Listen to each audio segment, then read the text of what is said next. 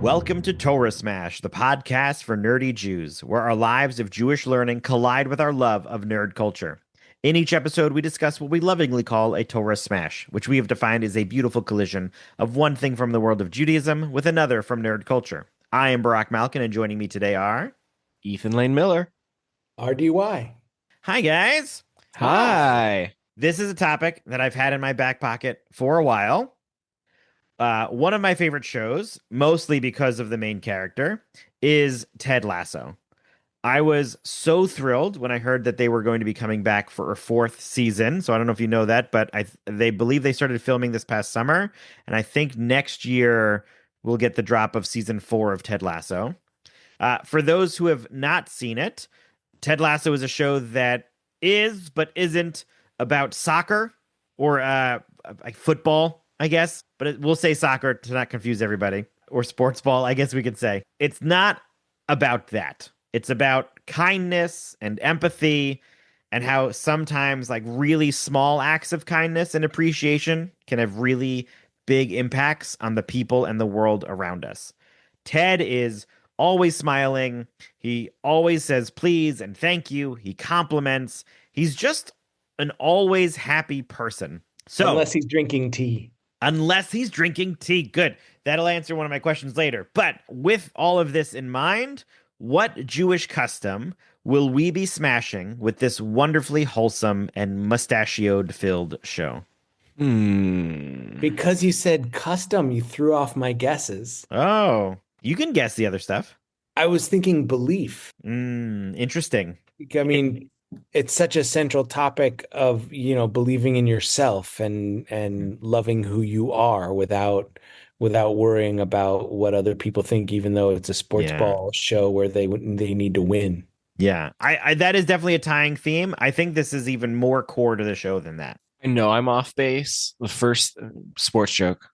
But the first thing that Sorry. I got it. It was a sports joke that I got. I didn't get it until you said it was a sports joke. Yeah. First thing I thought of was like, oh, customs of like mezuzah on the doorpost, because there's the believe sign that they. Oh, that's they have. fun. That's super nice. fun. But that's like one scene every now and then. Yeah. So I don't know if this is too much of a Jewish deep cut, but I was thinking about the mitzvah of rushing to greet your neighbor. Like if you see someone coming down the street, it's considered a good thing to say hello first.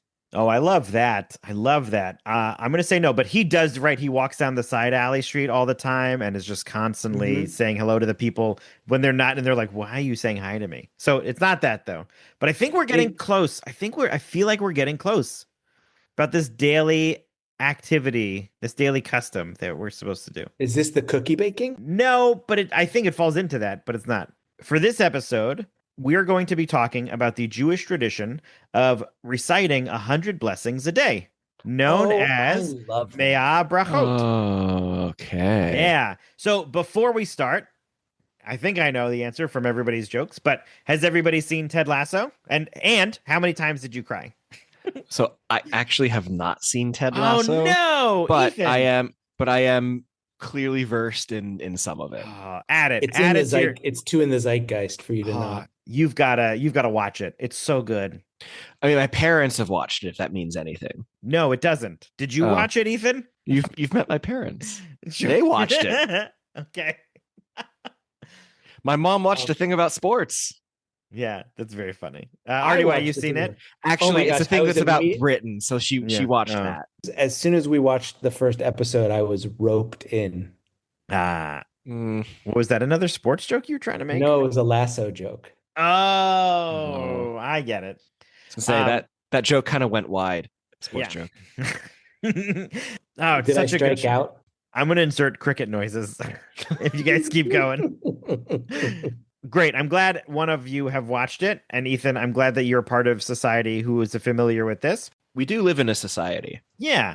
So let's start by digging into this practice of 100 blessings a day, especially for my friend Jason, who's not Jewish. RDY, can you share more about this practice? The origin, the purpose, the meaning, all that good stuff. I don't remember exactly where comes from. If I had to guess, I would say Pirkei Avot. The idea is actually just about remembering to say the brachot that you would say in daily practice, because on the one hand, if you were to say motzi before every meal and recite Birkat Hamazon after and attend morning, afternoon, and evening services, saying 100 blessings would be a piece of cake.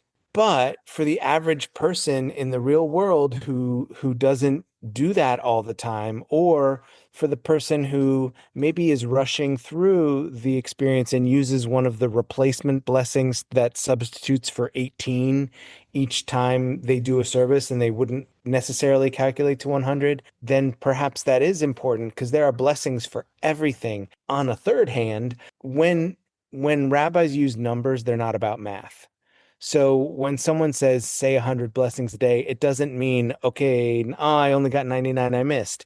It means say a whole lot of blessings or as many as you can. That's where I totally jive with it because I'm the kind of person who will like look up and say thank you when I remember to not forget my keys. Like Mm. I'm also the kind of person who apologizes to a chair when I bump into it. So I don't know Mm. if that's connected. But the there's a blessing for seeing a beautiful person. There's a blessing for seeing an ugly person. There's a blessing for seeing a rainbow. There's a blessing for when it starts storming. There's a blessing that's kind of all Which encompassing. which blessing is longer, the beautiful person or the ugly person? They're about the same. Okay, good. Yeah. And there's a blessing that's kind of all encompassing called Hatov v'Hametiv, like the one who is good and makes good things. That is for anything you see that you want to talk, that you want to say, thank you, God, for having this in the world. And if something bad happens, you say that same blessing. I like that. Okay. I do like that. I did find that there's not like a direct space from this, but it looks like it's mostly derived from a verse in Deuteronomy. Now, Israel, what does God, your God, ask of you? But the Hebrew word for what, ma, is phonetically similar to the word me'ah, which means 100. So, in other words, the verse can be understood as saying, Now, Israel, 100 does God, your God, ask of you. And To dig so, into that, the word ma is only one letter different. It's mem hey, and mea is mem aleph hey. right. And so, since Jewish text was originally passed down verbally, that could be where this interpretation is coming from. But it doesn't look like it's anything specific. It's more of a customary thing that has been adopted. It feels like Yeah. not, yeah. It was probably also reverse engineered. Yeah, which is fine. I think the concept, like this practice of just appreciation and acknowledgement, I think overall is really wonderful. I think self-reflection and self-understanding and just taking a moment to realize what's happening is great, right? And this is the very Abs- antithesis of today's world of technology being all around us and us being swallowed by screens, right? The ability to step back and say thank you for the screen that I have, if one's so obliged, but the blessings that are constantly surrounding us. I want to shout out my friend, colleague, and mentor, Rabbi Don Weber, who Yeah. amazing colleague, so wise, and he says a blessing for all of the things. He has written a blessing for when he gets on an airplane. We talked a little bit on the last episode about being unapologetically Jewish. He is unapologetically faithful, and I admire that so much. I'm going to share something that I don't think many people know, maybe just my wife. And so, Don, if you're listening, or any of your family members, feel free to share this along. Don is such a wonderful person that he raised such wonderful children that when we were naming our kids, and I was looking at some names for my second's middle name, one of the names I came across was Aton as a translation for naming after one of our relatives. And there's choices of how to spell it. And I decided to spell it the same way as Don's kid, Aton. All right. And because he, to me, was such a wonderful person. And so, yes, I have the connection to the family member that my son is named after, but every time I see his name written, I get this really positive feeling about Aton Sternweber, as an individual person. And that is the connection that I've made for my child. And so, like, the fact that you've mentioned him, I will throw that out. But that is probably the first time I've shared with anybody that's why I chose the spelling for my son's name. That's cool. really cool. Yeah. Barack, is it coincidence that you chose this topic on the last day of the year? No, I did not. That's fascinating. I did not even, that's a wonderful thing. I like this I as a love sense of it. like hey, you're listening to this probably either tomorrow's a new start, new year, new everything, or it's the start of a new year and you're listening. I think today is a day that you start to practice reflection, introspection, recognition, appreciation of those around you. If you haven't done it yet, I want you to think of a blessing you could do right now while you're listening and do that to yourself, to somebody else near you. Just appreciate what it is. Stop, smell your coffee, stop and eat the flowers, whatever it is that you want to do to appreciate this world around you. I think you should do it. I think I did not catch that and it wasn't on purpose, but I think a new year is a great time to create a new practice. Absolutely. Yeah, I really like it. I think that the purpose of the 100 blessings are to make us more attentive, as I've said, to the world and the people around us. Absolutely. Ted Lasso seems to be the kind of person who is constantly paying attention to the world around him. Not just people's accents to guess where they're from or their favorite things to swoop in later with a great gift, but he also sees the potential in other people, the beauty in the small things. Do we think that Ted's worldview aligns with the purpose of the 100 blessings? Oh, totally. Sure feels Yeah. like it. Great. So then follow up. Do we think Ted would view what he does as similar to the 100 blessings a day? From what I know of the show, my first answer is no. He just sees it as he is being himself, right? I would Yeah. agree with that. But I would say that if the character knew about those 100 blessings, I think he would love it and he would probably use it somehow in his coaching. Yeah, I would agree with that. I think Ethan's spot on that Ted is so comfortable with himself that he is just doing him, right? This is who he is. And so this is not a practice that somebody taught him about how to, maybe somebody taught him when he was really young about how to be nice and appreciate and recognize. But I also agree with RDY that because he is so conscious about himself, if there was an episode where he encountered a rabbi who taught him about the 100 blessings, he would be like, I bet I can get to 100 blessings. And then, like, he's at lunch and be like, I already got to 100 blessings. I don't know what to do the rest of my day. Like, I think he would accept it and appreciate it, but it wouldn't be the way he practices. I think it would Yeah. just be a really, hey, this is nice that there's like a whole people who want to do this too. That's great. Isn't Brett Goldstein the writer of the show too? So like, Hold on, is he? Oh, he's done 4 episodes. oh, okay. And executive Okay. story editor of 10 episodes. Yeah, I guess that's what I was thinking. Like maybe I was watching one of the episodes and went, "What? Brett Goldstein wrote this episode." So that's probably where I got that. Yeah. But if he's going to continue writing, there is always that possibility for that Jewishness to seep through if he's aware of it. Yeah, absolutely. It's such a wholesome show in a way that you don't see these days. And what I love about the character Ted Lasso is he stands out in his niceness in a country of people who are generally known as polite. And yet he stands out as nice even in that country. Brett Goldstein's character, Roy Kent, is the opposite. He's the growling, grouchy, tough guy who everyone's afraid of, even though on the inside he's got a little Ted Lasso in him. And then the assistant coach, whose name I'm totally blanking on. Coach Beard? Yeah, Coach Beard. He's the average, plain, no reaction, matter of fact. And I think that trio is so wonderful in the way they counter each other to have that nasty guy, the really happy guy, and then just the plain. It's a fun dynamic to watch. Yeah. We don't know about those sorts of dynamics on this podcast. Not at all. Here's what I Wait, think. which one of us is cranky? If If you listen you to have to ask, I think you know. Oh no. I was Does that mean it's me? I was gonna say I think our listeners know if they listen to all the post credits. I think I love this show so much because Wait, is it right? me? I'll never tell. I think that you're right. I think our listeners know that I am a huge Don Quixote fan, big fan, for the reason that he just wants to do good.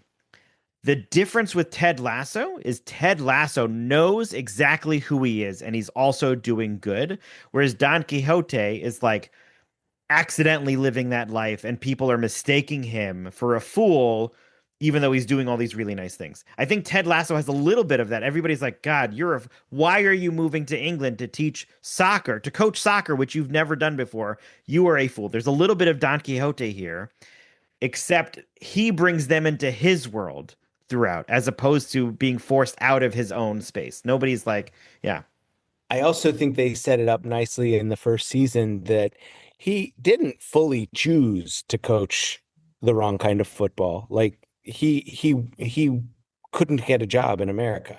yeah, no, I 100%, but like, what a nice way to fall into the situation for that person. Yeah. Yeah, absolutely. Um, And what I also loved is like, woe to the person who underestimates Ted Lasso. He's like smiling, happy-go-lucky, and it's really disarming. But don't you dare get disarmed because he will flip it on you and let you know that that niceness was all for purpose, especially in yeah. that Nate subplot in the third season. Yeah, absolutely. It's like he doesn't do it. Yeah, and okay, yes, we're like just talking about the show, and I want to pull us back into the topic conversation. Sorry. No, like I'm happy to just talk Okay. Ted All right. Lasso. All right. You're the cranky one. I get it. Okay, so we can see it, well, I think because my questions lead into us talking about the show anyway. So I want to like pull it back to the topic a little bit. So we can see in the show that Ted's personality and like constant cheerfulness is contagious, which we just sort of talked about. Not in the sense that it's a show of people being happy and cheerful, but the people around him become more self-confident in themselves. They learn humility, they learn to trust. So this is probably more for RDY than for Ethan, but can you share some examples of some of these character changes during those first three seasons? I'm immediately thinking about Nate, probably because I just spoke about it, but how Nate did that dive into being so dirty and nasty in the third season, and then kind of pulling out of it when he was his own coach, and then just could not, like, Ted just refused Yeah. to be anything but loving to him. I think Nate had a few different Ted Lasso changes, right? I think initially in season one, Nate learned confidence. Right? Yeah, He was such a quiet towel boy, and yeah, they made him assistant coach. And the only reason he turned into this other space was that he had the genius idea in the winning game on changing the structure for the team for them to be able to score. And then it like just went to it. Then the confidence went too far, right? So they were right. showing what happens if you were Ted Lasso without self control. And Oh, so nice. Well, good, good. right? Like, so he Yeah. had the confidence so much so that then he started yelling at himself so much and putting himself down. Like, Mhm. he didn't know where that confidence ended. And then finally, season three got like, because of Ted's love, I think learned how to add the love to the confidence, both for himself and for those around him, and was able to bring it back around with like the dating and the other stuff. Like, yeah, absolutely, Nicely Nate. put. How many times have you seen this? Just I've only seen that once through. Oh, you have such a memory.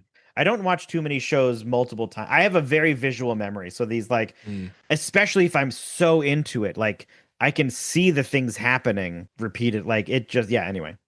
It probably doesn't help that I'm reading emails while I watch TV. Yeah, no, that's not yeah, absolutely. Probably not. Not how it's designed to be Mhm. absorbed. Anybody else you can think of?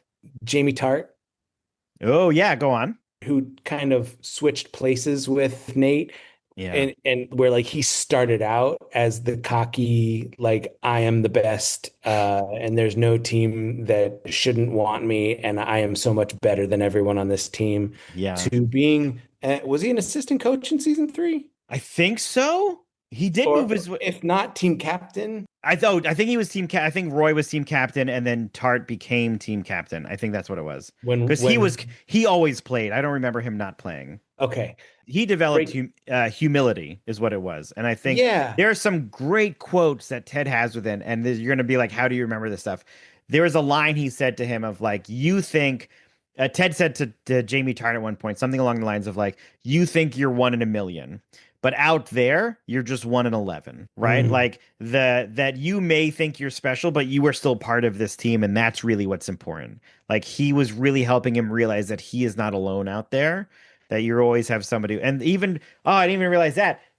I think he's the one in the closet where he's like, it's okay to be sad. It's worse to be sad and alone and look around. You're never alone. Like, I think he's the one that he said that to in terms of like being so unique that you think you're separated from everybody and that you do have this home here with the team.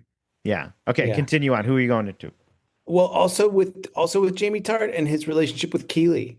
Yeah. And he needed that character change for her to come back, even if it now I'm starting to disremember. Like, did she come back romantically with him Oh or man, just where as did they friends? end? I'm I trying to can't remember remember. if but they ended good. Whether Yeah, it was, everybody ended good. Yeah. yeah. I She is so also, great. She's one of my, I thoroughly enjoy her character as this like lovey, like she starts off this like lovey ditzy girlfriend and then yeah, becomes her own CEO. And then, right, she's the one who brings up like, hey, we should do a women's team at the end to yeah, Rebecca. Yeah. yeah. And Yeah. Rebecca, that's the name. I was like, I knew Hannah Waddingham's name. I couldn't remember Yeah. Rebecca. Yeah. Yeah. Um, Also with the whole thing with her ex-husband and like Yeah. owning the team, but that's really all she had, and then coming into her own. She Right. only owned the team as a way to destroy her ex. There was no purpose except Right. for that. And I think her growth was that she learned how to trust again. Right. Yeah. She kept isolating herself because she couldn't trust anybody after what her husband had done to her. And that's why she was doing all of this as sort of a revenge kick. And then she stopped the revenge kick when she became successful herself and realized thanks to Ted that this is happening and like welcomed him in and just Right. It wasn't just I am rich and therefore have value through, literally how much I have, but I have value, like actual yeah. as a human. Yeah. And I think that started with the cookies, Yeah, the with biscuits. just I that. think we should call them biscuits. Yeah, I'm American, so I call them cookies, but you can do whatever you Yeah. want. I don't have Yeah. any negative opinion to you for that, cranky person. So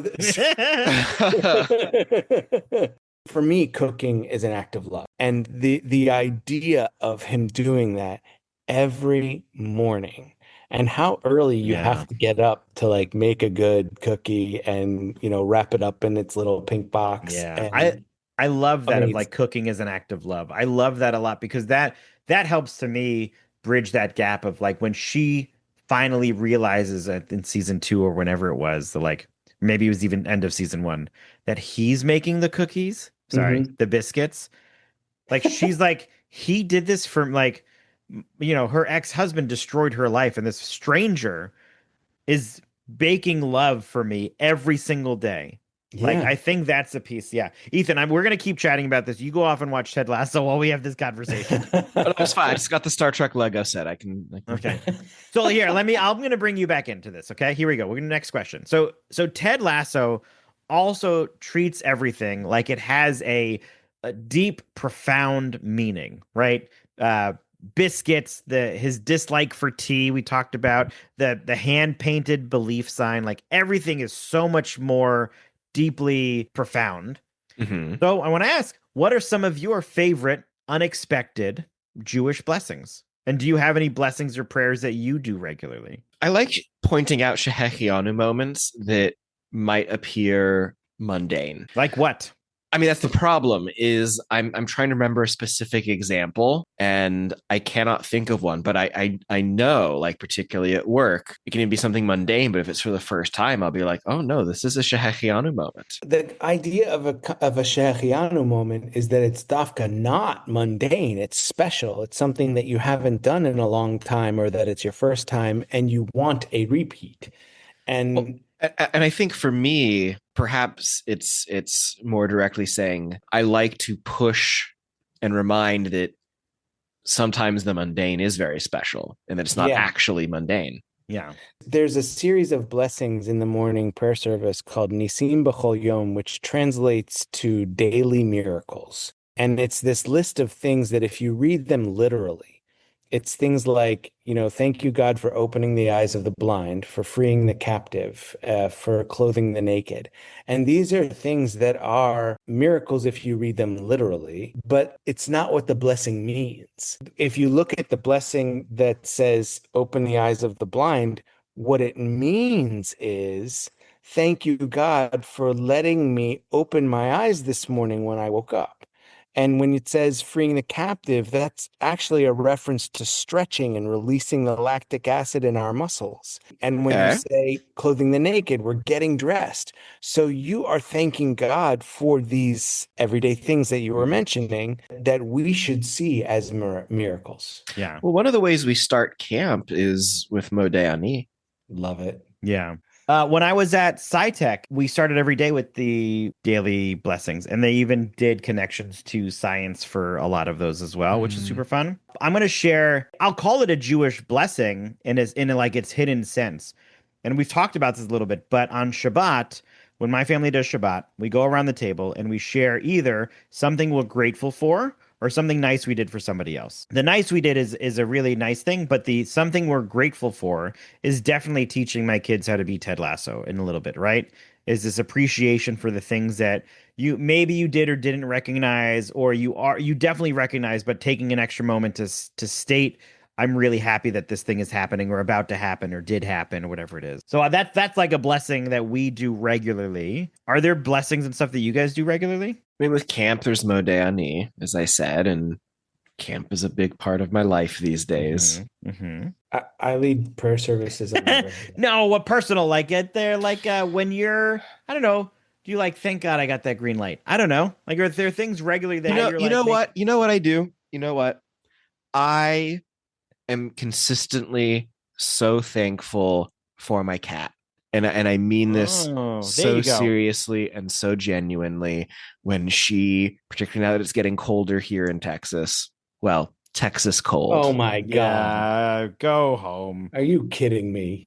Texas cold. Yeah. So like you take an extra squeeze of your cat Well, every what I time. was saying was like, even when, particularly now that it's getting colder in Texas and she's starting to hog more and more of the bed, I just realize how fortunate I am to have her, that like she's just the best. She's just the best. And I try to be Nice. so grateful and so appreciative of all those moments I have with her, even when she is a small creature hogging half of the Yeah. bed. Yeah, that's what I'm talking about of like this thing around you. So like now nightly you get into bed and when your cat jumps into bed, you've got this mental recognition of like, oh, it's really nice that I have this cat in my life.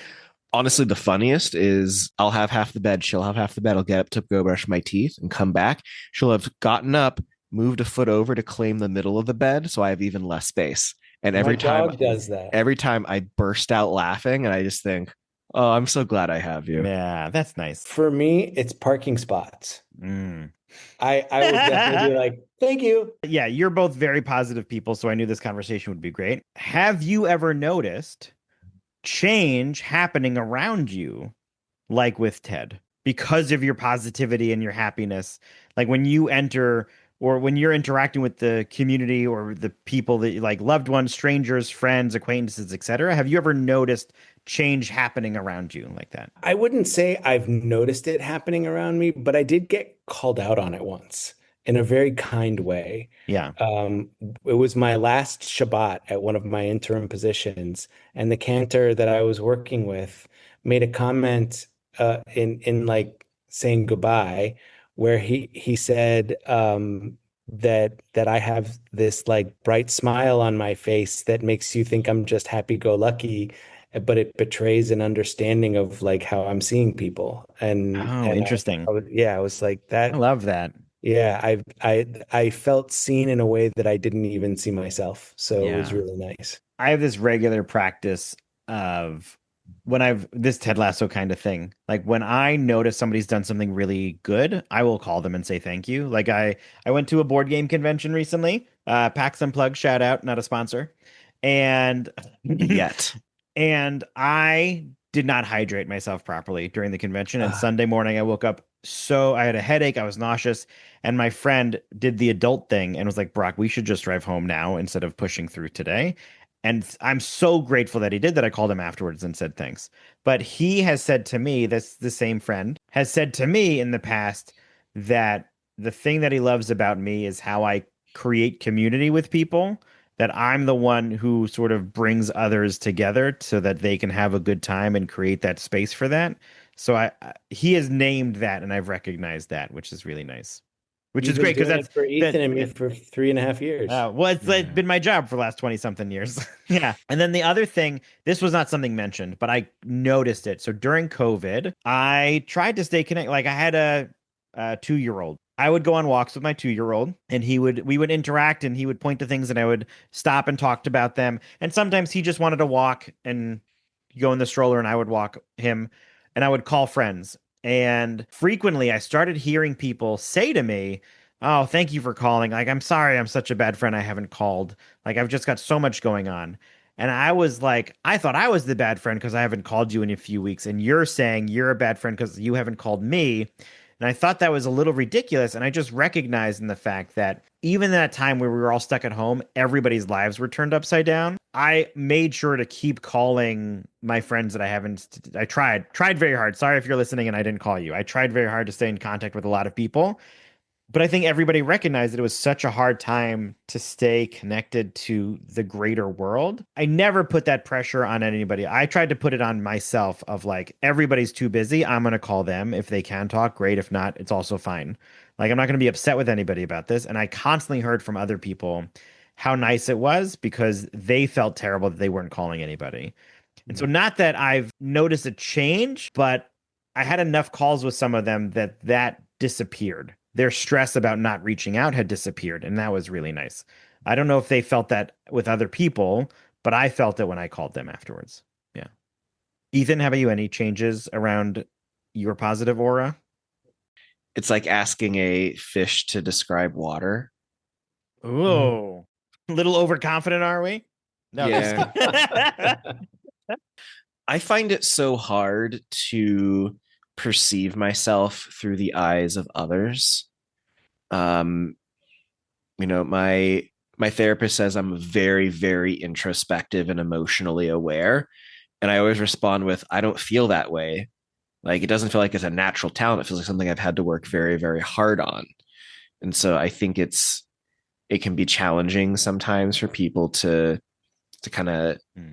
really, really see that. I mean, something that comes to mind is, and again, I'm coming back to work, but when I was, and this is a long time ago now, but when I was a camp counselor and my sisters were counselors with me, I remember my sister Elizabeth said one day, Ethan, you're more you at camp. And it both makes no sense and also perfect sense at the same time. And so I do think that, there are moments in camp can help bring out those moments where I'm just me in a more pure form, whatever that means or looks like. I like that. I can be my best and my worst at camp. I mean, Ooh. same. I mean, partly just because I'm so, by the time you get, 4 or 5 days in, you're so comfortable with everyone that you put your guards down and you can be, your true self without having to worry. But also because like when people react badly to things happening at camp, there's something in me that goes, "This is the best place in the world, and you're Mm. being a jerk here." And I react badly when people are being mean at camp. I guess I also think of Nifty. Like I really believed that for me to be a regional director, I needed to set the example that I wanted the regional board to follow. So they would set the example for the region to follow.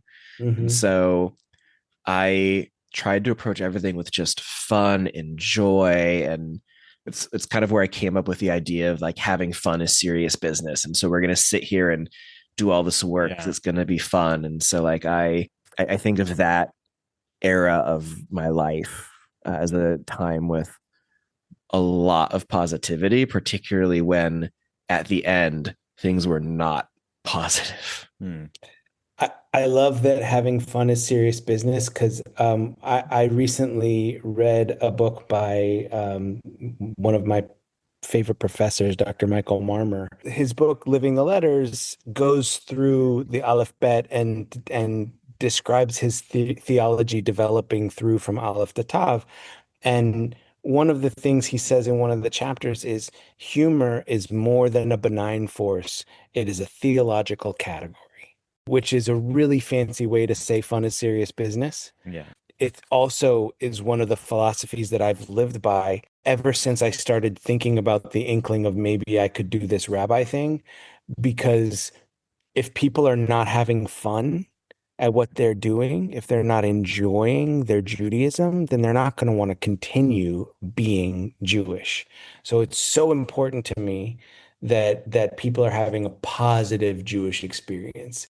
I like that the humor is serious business. The fun is Yeah. serious business. I think that I think Ted is living that also, right? We're talking about the appreciation and the recognition, but I think when you live in that space with a positive mindset, right? Very different than you can observe everything and have the negative mindset, right? The fact that he's got the positive mindset to go along with it, this is his job and he's doing it with such like cheerful demeanor even when things go wrong, like, and thank goodness he's got Coach Beard who alongside him has the exact same really lighthearted mentality about life. It's wonderful. All right, we're wrapping up. I want to ask also, Ethan, nice to have you here. Yeah. RDY, what are some of your favorite moments from Ted Lasso? I was thinking about that as we've been talking because it's been a while Yeah. since season three closed, and like you, I don't go rewatching shows, but unlike you, I don't have the memory. I think one of my favorite moments was when the team reassembled the ripped up believe sign. Oh, that was nice. Yeah. Um, and you saw it coming from a mile away, and I was still bawling my eyes out. Yeah. Yeah. So that last season was so good. Yeah. Hmm. I think there's two scenes that we haven't talked about that I really liked. One is the dart scene where he's playing darts with, I think it's Rebecca's ex-husband. I forget who it was. And he wasn't doing great. And the guy then put a wager on it. And he's like, if I win, you like leave and never come back. I think it was Rebecca's ex-husband. And he's like telling him the story about essentially why you should be a good person. And then essentially like I spent every Saturday at a bar with my dad. He taught me how to play darts and like got bullseye, bullseye, bullseye kind of thing. That was a really nice Ted Lasso tough guy moment, but doing it in such a like he essentially beat the crap out of the guy without laying a hand on him. It Yeah. was really, yeah, it was a nice way to do it. And then the other thing I really liked in the show is the Diamond Dogs. I think this just Yeah. overly positive male debrief sesh where it's not like even when they're talking about like relationship issues, it's so masculine positive. It was so nice to see that happening outside of like me and my friend group. Actually, I think I saw Ted Lasso, I think before my current Nerd Dad friend group. I'd be curious to see how similar some of those conversations are. But it's rare to have a group of guys that you can have a really healthy, open, honest, fun, humorous, lighthearted conversation with, like in with And those deep topics. it's really important to have that like non-toxic masculinity Yeah, where you can be men with other men with no need for one-upsmanship, yeah. just a level of trust. In fact, when we mentioned Rabbi Don Weber earlier, he and I are both in a group of rabbis who has this with each other. And Is it Davin Dogs?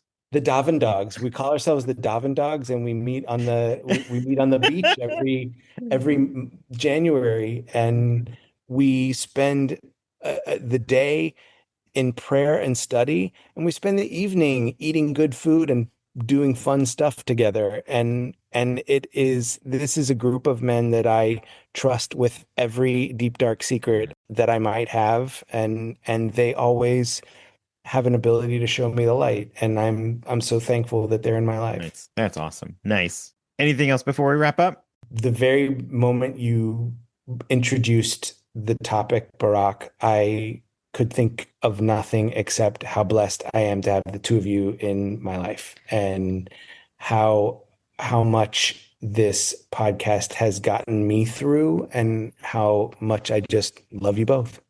Yay. Yeah, same. Really enjoying all of this stuff. This is great.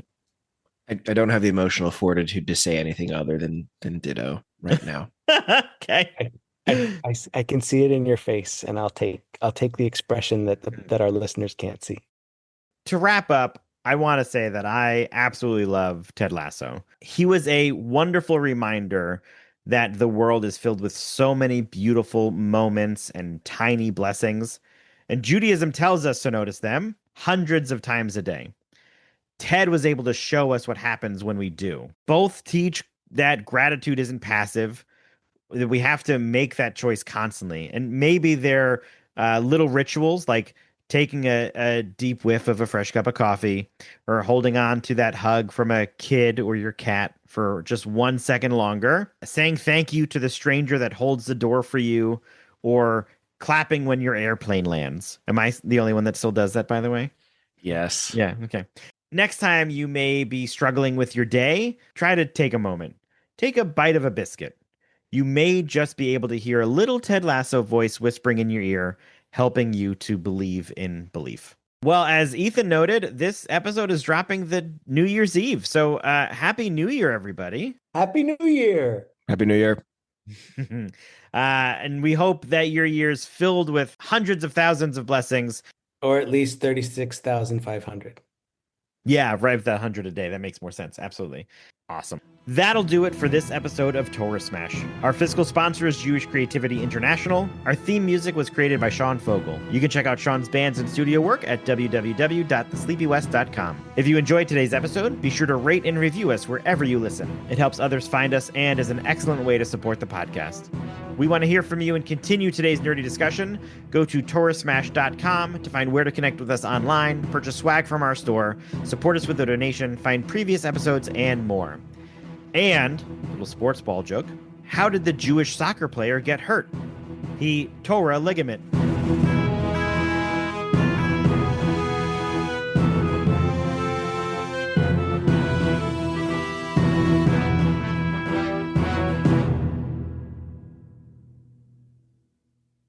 I feel like in some ways it's like asking a frish. That's so funny. Hi, Rachel.